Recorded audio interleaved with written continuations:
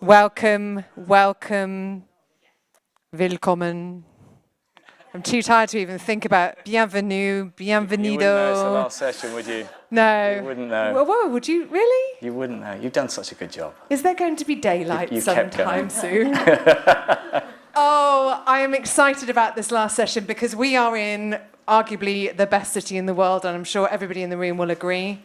You agree? Yes. I think we're just really incredibly privileged. I don't live in London any longer, but I've lived in London the longest of my life, if that makes any sense. And I think it's a real privilege to have this city and call it home. And super excited to have such a great session to close out our content room for Mice Book Expo Re-Engineered this year. And without further ado, to talk London Regenerated, I'm handing over, I was going to say to the hostess with the mostess, but he's the host with the most. Please give a warm welcome to the panel and our moderator, David Heron. Thank you very much, Sam. So yes, indeed. I mean, I concur. This is one of the best cities in the world, if not the best city. I'm very privileged to live in London myself. I raised my children in East London, actually in one of the areas we'll be talking about with Peter here. But to start with just thinking of London, I think we'd all agree it's a city that is constantly evolving.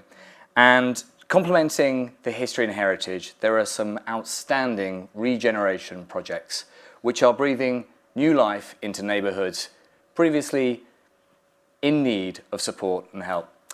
And for me, it's so exciting to have the panel here of experts who will help us bring to life these areas of regeneration and offer the event planners and the buyers hopefully some tools that they can take away from when they're thinking about their next incentive events. They can bring their guests to these areas and experience the very best that London can offer. So I will introduce you to the panel. At the far end, we have Rachel Boriston from London & Partners. We have Anthony Keffer from the Standard Hotel. We have Peter Tudor from the Olympic Park Legacy, so Queen Elizabeth Olympic Park. And we have Lee Butterfield from 2B UK. So thank you all so much for joining us, and very much looking forward to hearing your expert advice as we talk about these two fantastic areas. So if it's okay, I'm going to pass over to you to make more formal introductions, who you are and the businesses you represent. So Lee, I'll pass over to you first. Okay, I'm Lee Butterfield. I am one of the founding co-founders of 2B UK. We have offices in London and Scotland.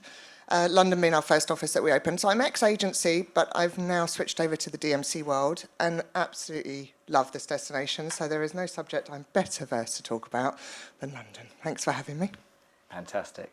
And Peter. Hi everybody, Peter Tudor, Director of Park Operations for Queen Elizabeth Olympic Park. Big mouthful, but essentially the Olympic Park celebrating 10 years on from London 2012. Anthony. Hello, it's Anthony. I represent the Standard London Hotel, so new hotel in King's Cross, American brand. It's the first venture outside of the US, so big city to fill, and yeah, exciting location. So I'm group sales manager, look after corporate groups, incentive groups, leisure groups. So yeah, excited to be on the panel. Brilliant, thank you. And Rachel. Hello, I'm Rachel. I'm from London Convention Bureau, which is part of London & Partners. I am head of destination for the UK, so I look after all of you lovely corporate and event planners, help you to unlock the best of the city. So I really just have the small task of representing and promoting the City of London and how to get the best out of it for your events. Brilliant, well thank you. So just to put a bit of context to utilising the opportunity in London of these fantastic areas. Lee, perhaps if I can start with you. I mean, obviously you deliver numerous incentive group experiences around London. What have you found in terms of your experience of encouraging groups to genuinely explore the city over potentially relying on the more traditional experiences, Buckingham Palace, London Eye, etc.? How are you finding that is developing? It's an interesting one, but it actually started a few years ago, I think. Our main market is North America, but we do also deal with the UK market and also some of the European market. You kind of do, with the incentives, you kind of do need to tick a few boxes of some of our big sightseeing. But it is much more about doing it in a very different way and not having it as a big group with walking, following a flag or anything like that. I think people are way past those days, thank goodness. And so it is much more about immersive tours. And what I love is then by allowing people to sort of slightly personalise and individualise their incentives or their events, as with any city, as I'm sure you're doing on your outbound ones, the same is happening in London. So if people are coming into London, you're offering your optional tours. Whereas before, you do have maybe a couple of your obvious ones on there and a slightly different way of doing it. But what has been happening much more is the immersive tours of neighbourhoods that are up and coming. Where would the Londoners go? How would the Londoners spend their time? Where would they be? And historically, that might have been, oh, go to Borough Market, it's all new. But of course, Borough Market's not new anymore. Yep. So where are we now looking as pushing our event people coming in? And it really is heading towards east in some of these areas that are being regenerated and really bringing forward, which are great. And so many new venues opening up. I'm just actually at site visit next week at Woolwich Works, and what a great place. I've never actually been all the way down to Woolwich. I've never operated in the Arsenal area before, but what a fantastic venue. So if you haven't been, do check it out. It's in the old firework factory, so it's really cool. Brilliant. And are you seeing any particular demographic being more attracted to exploring the city?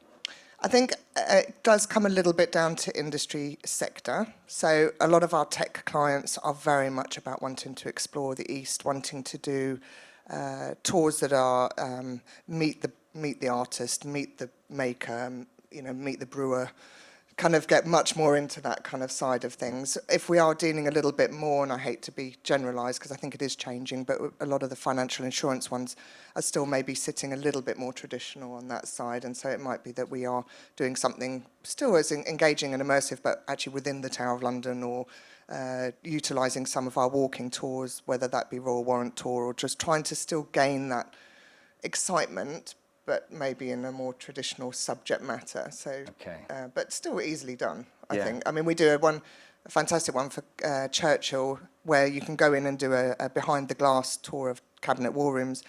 But rather than just stop there, we then take them up to St James's. We go to James J. Fox. We hear about the cigars he used to smoke. We go to Lock & Co. and we see where he used to buy his hats, and you see the start. We go to Lob and see his footmate. So if you're going to go on a Churchill tour, go on a Churchill tour, do Brilliant. it properly. So. And actually, Rachel, from London Partners' perspective, I mean, is this something you're seeing across London in terms of, that exploration? Is there much of a movement towards trying to find these new projects and developing them, or is it more traditional experiences that you're finding? I think to Lee's point, it obviously depends on the demographic, it depends on the industry that's coming here. But I think what I started off with an events agency, so I know that our clients are always looking for something new, different, pushing the boundaries, getting under the surface, having an authentic experience that no one else has had before. With the world so much more connected through social media, we all want those bragging rights. So I think a lot of people, as well, because of the accessibility of London, people come to London now for business and for leisure. So they do the traditional, they see kind of the sights, so they want more. We're also greedy and hungry for something new and different, which is amazing from the perspective of showcasing the city. And it does push you to explore lesser known areas. And, we kind of follow the regeneration of the city and the investment that goes on. And we're so fortunate with London that there's so much investment and innovation all the time. I mean, you only have to look at the last couple of years where we were in a lockdown, but London did not stand still. The amount of new product that's already happened and is on the horizon, it just demonstrates that we're always trying to push the boundaries and offer something new and different, because London is, I think, a firm favourite. Working for London Convention Bureau, I genuinely think it's one of the best cities in the world to represent, and we're very lucky that it's the perspective of that is from the globe, around the globe. So yeah, I think people are trying to push the boundaries. People do want something new and different. I think that authenticity piece is key. What Lee said about meet the maker, if you go to kind of Hackney area, Broadgate Market, the old bus depot is now transitioning to an event venue. You would never necessarily think to go there for an event until now. But you get to go in and there's lots of local businesses there. You can go in and meet the makers there. So it's something new and different. It adds to that CSR and sustainability perspective as well. So it's definitely something that we're seeing, and it's, as you can tell, I'm really excited by it. And what about the domestic market? I think even more so for the domestic market. I think where people are now with sustainability more at the forefront, everybody sees London as a very accessible destination. I know you did a right side of the tracks talk earlier about train travel and sustainable travel. You know, we're so well connected by rail. We've also got Heathrow, which is doing a lot to kind of lobby the government for sustainable aviation. People are looking to stay a bit more local for that CSR sustainability piece. And so London is an obvious choice because it has so much to offer. So yeah, definitely from the perspective of the domestic market, people are getting really excited again to come to London. And, you know, we've dropped a lot of the restrictions that we've seen. So from that accessibility point, not only from a journey into London, it's also about being here and feeling safe and having less restriction to kind of enjoy the spaces. I'd just add to that, the journey of discovery for the domestic market is fantastic, because not having many of them actually maybe gone to King's Cross in the last few years, or gone to the Olympic Park, and actually probably since 2012, and actually to take them back to those areas and see what's happened and what's changed is amazing, because they're completely different. You know, the things you can do there now are vastly different to what you could do 6 years ago. So it's just, that's exciting. That's a new discovery of people coming through. That's Absolutely, and I completely agree. I think that these two areas have so distinctly changed. It's quite, for people who haven't visited in the past few years, you know, they just wouldn't recognise them. I think that's what's so exciting about hearing the opportunities. So I think we'll actually move into those now. So Peter, maybe if we'll turn to you and just hear the story about the Olympic Park and the legacy. Thank you. Well, 10 years ago, obviously, the park was a hive of activity as everybody was getting ready for the games. And when I look back on that summer, I think, yes, okay, the sport was fabulous, but also so was what the event industry did. Not just the amazing ceremonies, which were great exemplars of just how to do it, but also all the stuff that went on around the games, the hospitality, the sponsor pavilions, and all of those things that really showcase the UK event industry. Fast forward 10 years, the park is absolutely thriving. People live in the park, they study in the park, they go to work in the park. We've got schools and universities and all sorts of things. But we've also got those fantastic venues. And the great thing about having been there for as long as I have, which is 11 years, is seeing how those venues get used. And when you talk about groups coming to the park, I mean, yes, we've got big spaces for 80,000 people, 60,000, 5,000 if you want them. But we've also got some pretty unique experiences as well. And everything from our slide, which is 126 metres long and goes at 15 miles an hour at one point. Great for breaking the ice at events. It is, because you can do an event at the top of the ArcelorMittal orbit, the Red Tower, and send your guests down before they've had a drink. And then they're all talking to each other, because it's either, did you do it? No, I'll agree with that. We had a business meeting there. We did send a bunch of adults down, and they loved it. It was absolutely brilliant. Yeah. And to more sedate experiences, like the boat tours around the waterways, just tours of the venues, and of course, coming up at the end of May, we've got ABBA Voyage, the new Avatar. So they won't be there in person, but their digital versions will. They're on sale through to December, and hopefully will be there a bit longer. So if you want a different experience that isn't available anywhere else in the world, that's happening at the park. And in terms of access, so I think a lot of the big sort of standout venue spaces in the Olympic Park, such as the Velodrome, the Olympic swimming pool, etc., is it easy to gain access? Obviously, these are used as public services and sporting arenas, etc. So how difficult it is for event planners to actually get access, use these incredible venues? It's relatively straightforward. They are indeed community venues. That was the whole point of the legacy, that they should be for the benefit of everyone who lives around the park.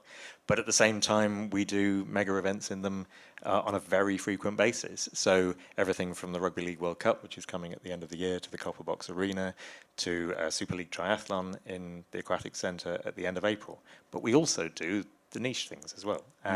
Obviously, there's the private spaces like the ArcelorMittal orbit, but it is possible to close the pools. It's actually possible to raise the floor of the pools and put something on top of that. We had London Fashion Week, did a couple of shows there last year, using the pools with the models traipsing over the top of the water as if they were walking on water. You could do a dinner around the pools with the synchronised swimming team as your after-dinner entertainment. Has that been done? Or? Hasn't been done yet. No. Okay. I need to persuade my bosses. That's what we're doing. Any takers? There you go. Yeah. And there have been plenty of events that have used the centre of the Vela Park for their exhibition or conference or dinner whilst the cyclists are whizzing around, So which next, is quite a thing. next Micebook Expo, I think Olympic pool.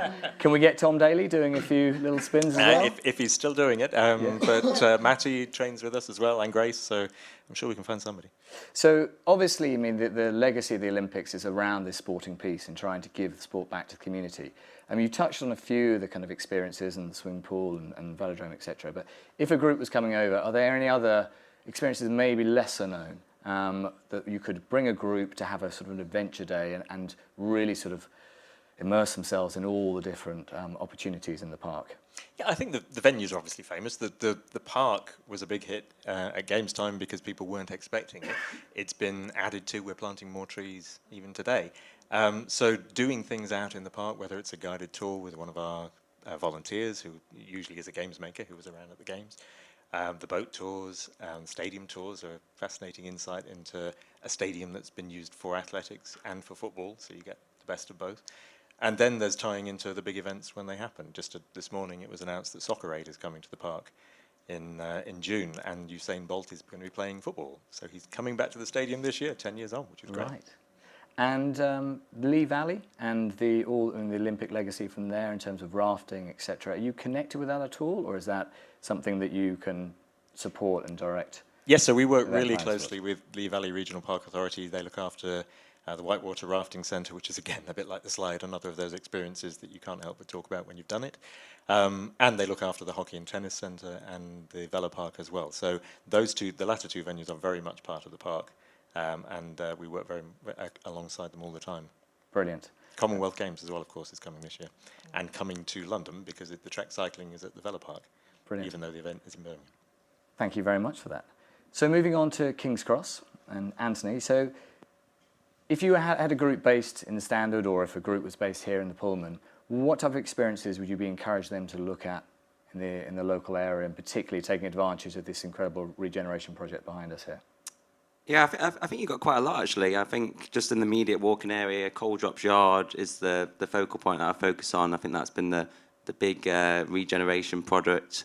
I wasn't here before, but a lot of people, when I come on site visits, say, oh, like 10, 15 years ago, wouldn't be seen dead here, like it wasn't very safe, but now it's completely changed. But so Coal Drops Yard has got retail, lots of retail shops, independent, bars, restaurants, and they've got the Kissing Roofs, which is like a little building above. So by day, Samson do their showcase for all the products, but by the morning and evening, you can privatize it. So you can do some really fun masterclasses there. If you're doing more of like a wellness incentive, you can do sunrise yoga there. So I think that really is a great venue. And then further afield, you can do off-site dinners. Summertime, it gets completely transformed. So you've got the Everyman Film Festival. So by the canal, there's nice seating areas. They do free film screenings. They showcase the Wimbledon Tennis Championships. So it's a really nice vibe there. And then with Regent's Canal, I think the access, you can get to Camden, you can go as far as London Zoo. Like, again, on the wellness front, you can do cycling tours. So I think kind of for a day or two, I'd really focus on that. But then closer to these hotels, next door you've got British Library, which is one of the world's largest libraries. I was reading that every published book in UK and Ireland is a copy at the British Library, so there's nearly 150 million books there. But you can do private hire there. So again, if you're doing like a reception or dinner, that's a really nice, unique venue. And then who can not really suggest Harry Potter? Platform 9 3/4. You can do a day trip to the Harry Potter studios. Do you have groups and guests asking for that? Is that quite a big thing? Obviously it's quite popular, I think. Okay. But yeah, it's still, even though it's a couple of years, several years old now, it still has that popularity. So I think those few in the immediate area are really good for incentives. And then just a 5-10 minute walk away, you've got the Postal Museum, which again you can do private hire there, so you can walk the underground tunnel. You got any magician fans here. You got the Magic Circle headquarters, which is the Society of Magicians. So again, you can do venue hire there for private magic shows.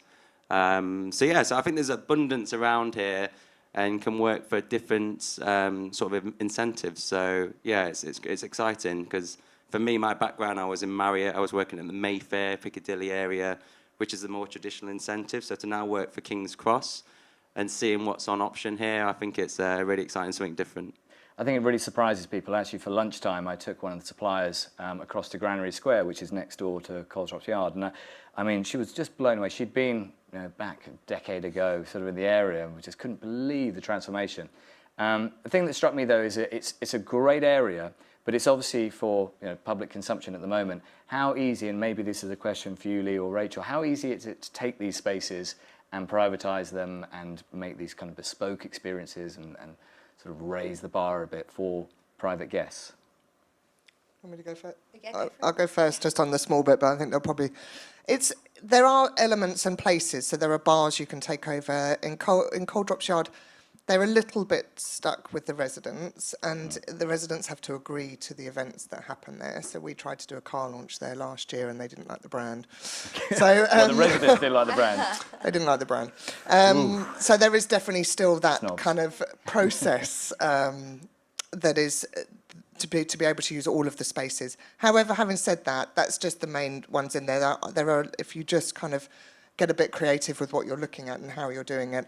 And as you say, the activities there that Anthony was talking about, being able to use the canal, use the narrow boats, use some of the new restaurants that are opening up on the canal as well. And that's down by the Olympic Park as well. They've got Barge East down that side. They've got it all up in there. So there really is an awful lot happening on the waterways, kayaking and all of those kind of things as well. So depending on what type of event you're trying to do, there are plenty of private spaces that you can do, as well as the public spaces, which are not out of reach. They're just brand dependent. Yeah. Yeah, I was just going to say, I hate to say this, but I really do think with London anything is possible. So if you are looking to do something out of the box, a little bit more bespoke, then it is worth coming through the channels such as Lee as a DMC or, myself at London Convention Bureau, because a lot of our partnerships now are the boroughs. So we've got direct, communications with them, and we can see what we can do. We can see what conversations we can have so that you can do very bespoke and different things. I think with King's Cross, as you said, like the regeneration has been huge. And I think it was, when the Eurostar relocated from Waterloo to King's Cross, that's when really we started that regeneration piece. The accessibility came in, and I think what's really interesting about King's Cross, if this is something important to your clients, is that it's actually carbon neutral. So it's a borough in London that is carbon neutral, which is aligned with our kind of net zero carbon 2030, which might be something that would be of interest to you. And as Lee says, like those local providers, those local residents, where you're kind of purchasing from or engaging with local providers, local commerce, then that's something else that could be of a real interest for those who are planning incentives. There was something else I was going to say, but it's gone from my mind. So yeah, I just think King's Cross has such opportunity. It really is a haven for culture as well, culture and creativity, and there's a lot of outdoor space. So again, from that kind of airflow and doing something outdoors, as Anthony said, it really comes alive in the cinema. And you've got Bagley Walk, which is more kind of like an urban jungle, and then on the other side you've got Coldrops Yard, you've got Canopy Market, which is all about local providers, local street food, artisanal offerings, which I think, you live and die by the food and drink on your incentives. So that's something really important to keep in mind for that authentic experience. And on that sort of logistical piece, in terms of how do you access this and how do you work through projects and briefs? And Peter, for the Olympic Park, what is the process? Do you rely heavily on DMCs to come in and support you, or do you run the projects yourself? How does it work with you?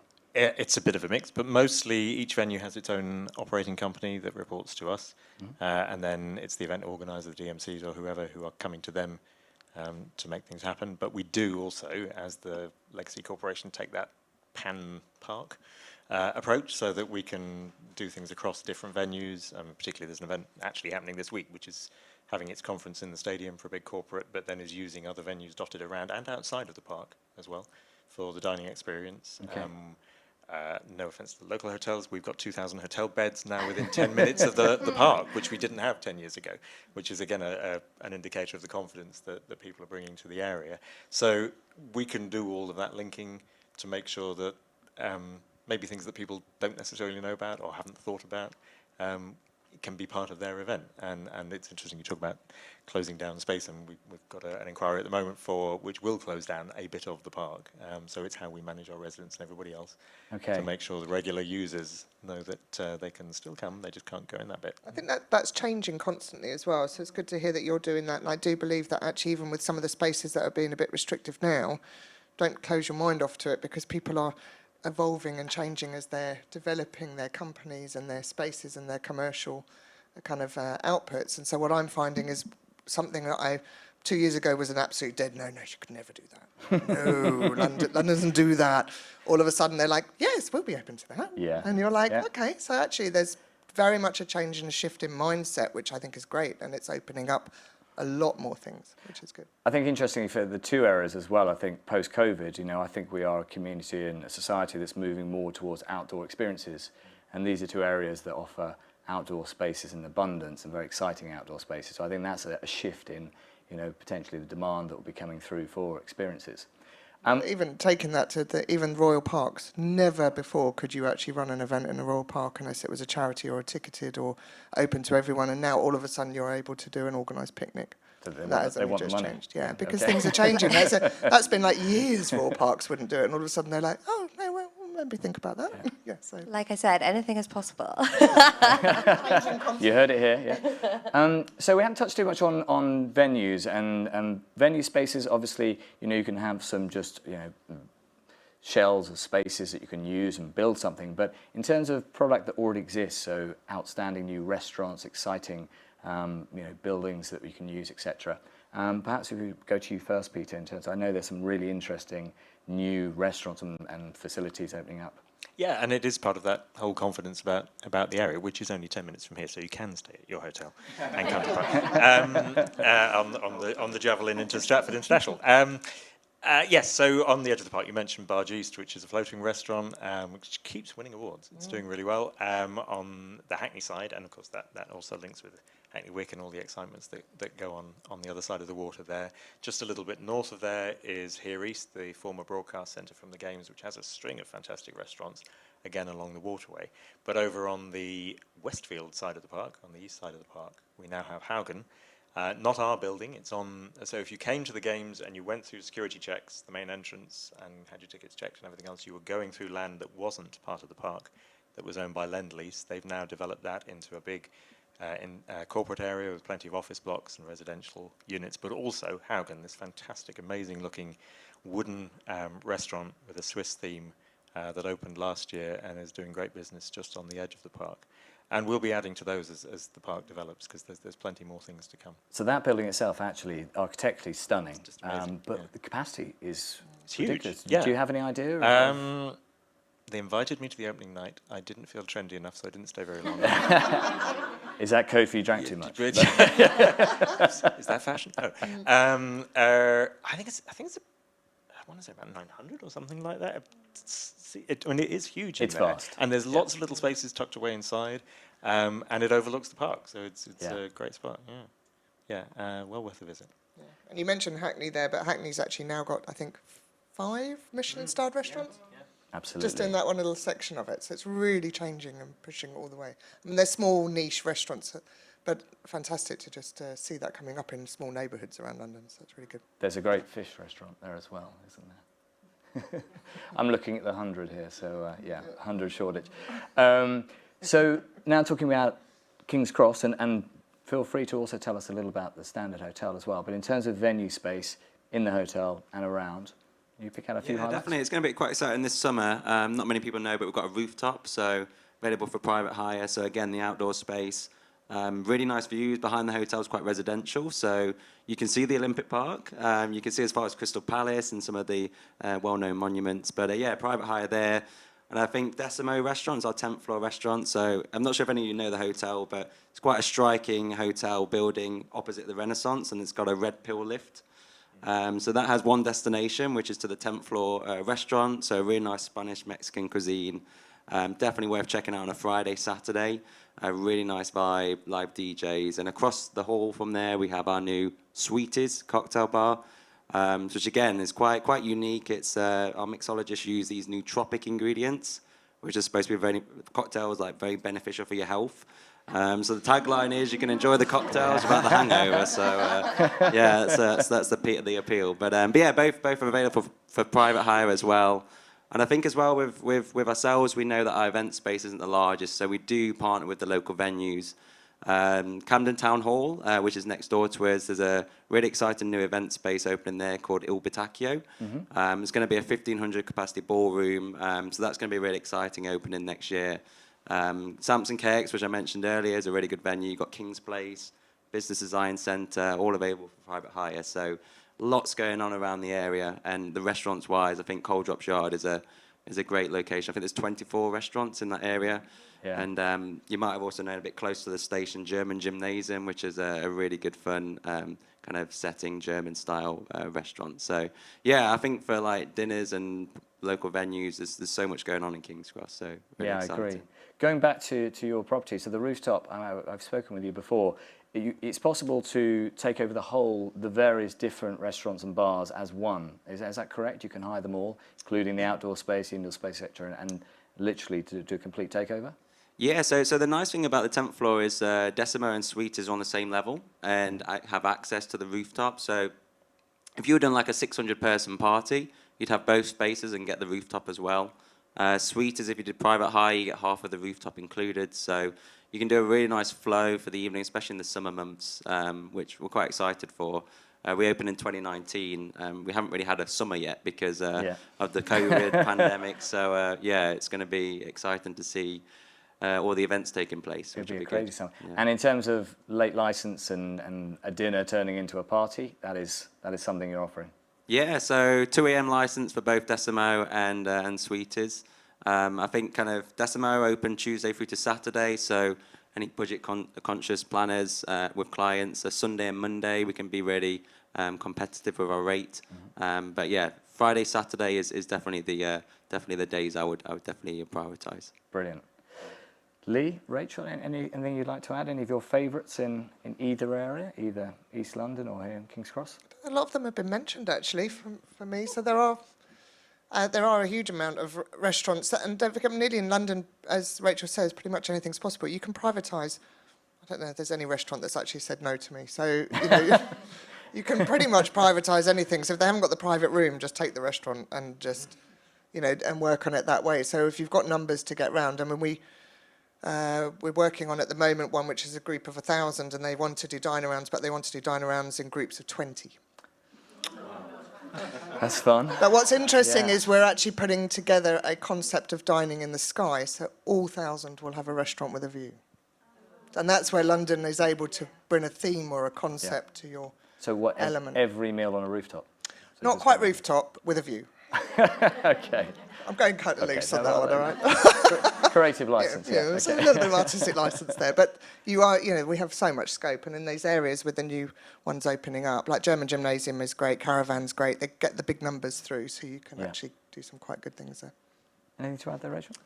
I think everyone's been very thorough. I'll just leave, shall I? In fact, I'll join the audience and just watch. I was going to add loads, but they've all been covered. So. So moving on just a little bit from meals and venues, accommodation. I mean, Peter, you talked about the number of rooms over in East London. I absolutely agree. I mean, there are phenomenal hotels popping up, it seems, every week. But again, maybe if you could pick out a couple of highlights, ones that you think would work particularly well for the more dynamic incentive group that's looking to really motivate their groups to attend and enjoy the experience. Yeah, thank you. Well, obviously we've got plenty of budget hotels. Those are some of the ones that were around at games time, but the two big ones, I suppose, that have opened more recently, the Stratford, fantastic cantilevered building just on the edge of the park with its rooftop restaurant, and then just next to that now the Gantry. So plenty of rooms, very, very keen on working with incoming groups, and obviously they also work with some of the big events that come to the park, including the football teams and so on.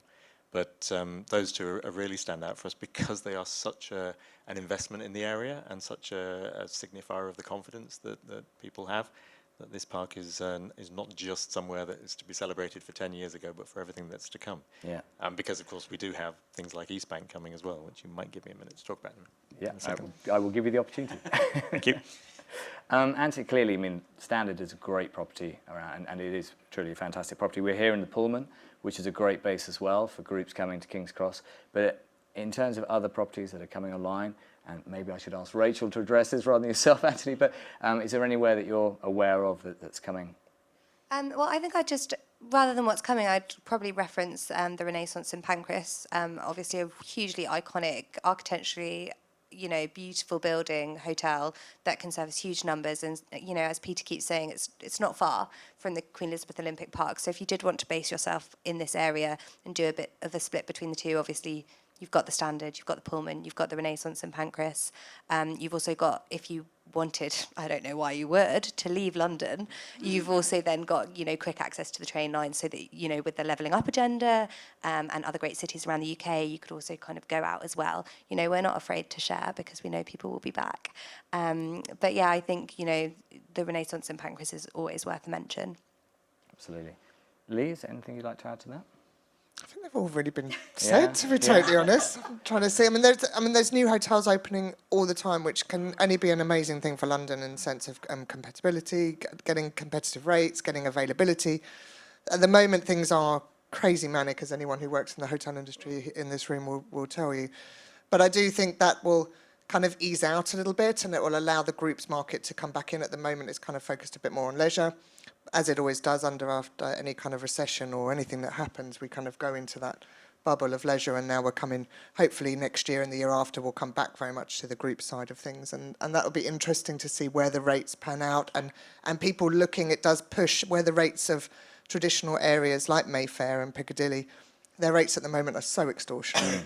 It does help, and it helps push to areas where people maybe wouldn't have thought about before, but it does make them research it a little bit more and push it out. So we're certainly working on a lot more briefs at the moment, and we're coming out of our normal locations a lot more. And I think just to add to that as well, I think, talking about that middle ground, and you can experience both areas very easily. I mean, we talked about Shoreditch there, and a number of great properties. You've got the 100 Shoreditch, you've got the Curtin Hotel, you've got the Nobu, Town Hall. I mean, so there's some really sort of cool, exciting, motivational, inspiring hotels that could provide the experience in both King's Cross and the Olympic Park, and the distance is very short between. Once you get the QE2 line really fully running, I think we're going to be so much more accessible. Absolutely. It's going to be June 2022, apparently. It's coming. That's a great segue, because now I just wanted to sort of end on maybe talking about the future for these areas and the future opportunities that event planners should be aware of, because clearly a lot of events are planned years in advance. So, Peter, I know that you have a few projects.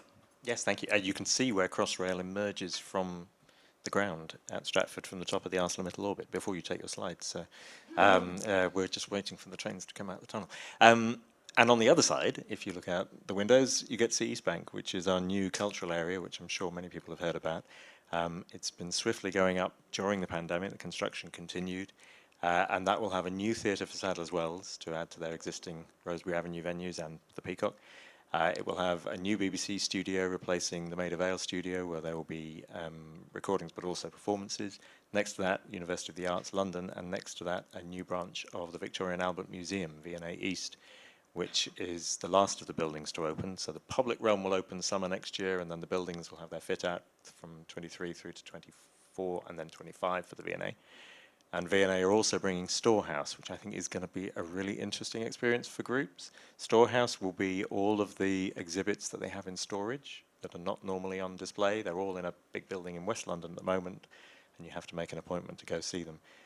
This will give everybody the opportunity of being able to go in and request items and see them. And just that unique, that money can't buy bit, will, I think, really work for that space as well. That'd be incredible. Yeah. Yeah, fantastic. Anthony, in terms of King's Cross, in terms of projects that are coming online, is there anything you're aware of that we should be? Yeah, I think I mentioned it. The Il Pitacchio. It's an event venue. So the Standard is part of the old Camden Town Hall annex, and next door is the Camden Town Hall. So you might notice as you leave, there's a building with lots of scaffolding. That's going to be a really exciting venue. So they're doing a private members club. They're going to do a spa, 1,500 capacity ballroom. I think they've got a 4 AM license. So that's going to be quite exciting. And I think what we've noticed, obviously, you've got the Tottenham Hotspur stadium, which I think we've seen they've got a big conference centre. So we've seen that a lot of briefs that are using that as the centre for their event are using King's Cross as an area for accommodation. So I think that, it opened a few years ago now, but I think that's what we've seen as well for King's Cross, getting some overflow for accommodation from there, really. Brilliant. Rachel or Lee, anything you'd like to add? You happy we've covered it?